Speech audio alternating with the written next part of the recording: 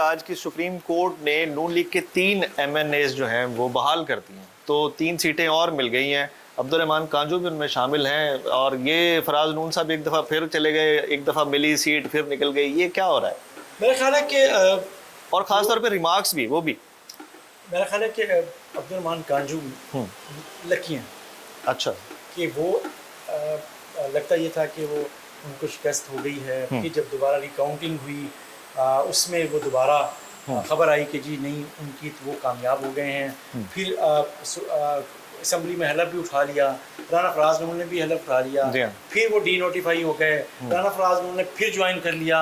अब फिर supreme court में मामला गया और ये फैसला महफूज हो गया था। तो अब ये फैसले में सिर्फ अब्दुर्रहमान कांजू ने, जैसे आपने कहा कि 3 MNAs को रिलीफ मिला है कि इलेक्शन कमीशन जो है वो बाख्तियार है और इलेक्शन कमीशन के अरकान खुद और जो उन्होंने रिटर्निंग ऑफिसर्स ने फैसले दिए, तो इलेक्शन कमीशन को की अथॉरिटी इस फैसले में तस्लीम की गई है जो तफसीली फैसला आया है इस केस का। तो मेरा ख्याल है कि इस तफसीली फैसले में जो भी रिमार्क्स आए हैं उसको इस तराजू में भी देखना चाहिए जो माजी करीब में सुप्रीम कोर्ट के फैसले आए हैं या जजेस के रिमार्क्स आए हैं या अपने उनके जो उन्होंने तफसीली नोट दिए हैं। तो मेरा ख्याल है कि उस तराजू में भी ज़रूर देखना चाहिए और देखा जाएगा इसको। लेकिन फिर वही बात, अब्दुर्रहमान कांजू तो फिर लकी साबित हुआ। इफ्तिखार साहब की बड़ी, हाँ बिल्कुल, इनके गाँव के हैं, इनके हल्के के हैं। तो अब ये पता नहीं ये खुश हैं या उदास हैं। इफ्तिखार साहब ये बताएं कि ये उनको पता था कि ये सीट हमें मिलेगी और PTI को नहीं मिलेगी, या अदालतों के मूड कुछ चेंज हुए हैं? क्या कहते हैं? नहीं देखिए, ये इसमें अदालतों का तो मेरे ख्याल में कुछ ज़्यादा रोल नहीं है। उनका तो ये है कि पहले उन्होंने इलेक्शन कमीशन के फैसले को कदम करार दे दिया और अब सुप्रीम कोर्ट ने हाई कोर्ट के फैसले को कदम करार दे के जो इलेक्शन कमीशन का फैसला था उसको बरकरार रखा है। तो इसमें मेरे ख्याल में अदालतों का तो कोई रोल नहीं है, फैसला तो वही है जो इलेक्शन कमीशन ने किया है। सही है। तो ये इनको पता था क्योंकि जब रिकाउंटिंग हुई थी तो उसमें अब्दुर्रहमान कांजू जो है वो जीत गए थे। तो इसी तरह जो 2 गुजरांवाला के हल्के थे वो भी इसी तरह था, इलेक्शन कमीशन उनके हक में फैसला कर चुका था लेकिन हाई कोर्ट ने उनके खिलाफ दिया था।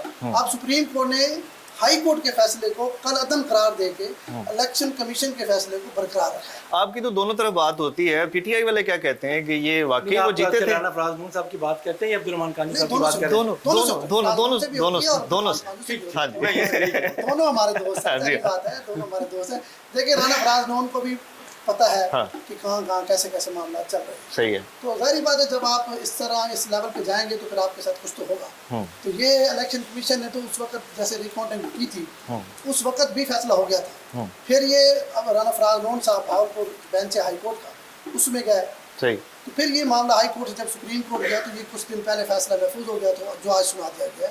जाहिर बात है, आप जिस तरह 3 MNA अकेले अब्दुर्रहमान कांजू का फैसला तो नहीं है, तीनों इलेक्शन कमीशन के जो फैसले थे उनको कबूल कर दिया। तो ये मेरे ख्याल में अदालतों का इस्तेकाब था कि वो खुद की बजाय इलेक्शन कमीशन जो इसका असल जिम्मेदार है इलेक्शन का, उनको उन पे निसार किया जाए। उन्होंने उस पे निसार पहली दफा कहीं जाकर इलेक्शन कमीशन के हक में भी कोई फैसला हो। अदरवाइज तो इलेक्शन कमीशन के खिलाफ हाँ बिल्कुल, इलेक्शन कमीशन को डांट कुछ पड़ती रही, रिमार्क्स अजीबो गरीब से आते रहे, उसका जिक्र भी हुआ। वैसे वो अच्छा रिमार्क्स दिए चीफ जस्टिस ने कि जब आपने उनको अख्तियार दिया है तो फिर उनके अख्तियारात सलब करने की आपको किसने इजाजत? एहतराम भी करे ना फिर उनके। अगर आपने इलेक्शन कमीशन को नहीं मानना था तो फिर सुप्रीम कोर्ट खुद फैसला इलेक्शन करा लेती, हाई कोर्ट करा लेती, ये जजेस करा लेते ना, इलेक्शन कमीशन होता ही ना। हाँ जी। उसका जब वजूद ही ना होता तो फिर ये आप खुद करते। तो मेरे ख्याल में आज सुप्रीम कोर्ट का जो फैसला आया है वो इलेक्शन कमीशन की जीत है।